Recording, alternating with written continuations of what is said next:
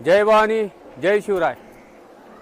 आज तुळजापूरमध्ये तुळजाभवानी, आज महाराष्ट्राची कुळदैवत ही तुळजाभवानी आई जगदंबे च आज या तुळजापूरमध्ये मंदिराचं काम चालू झालेलं आहे की नवीन मंदिर बनवायचं।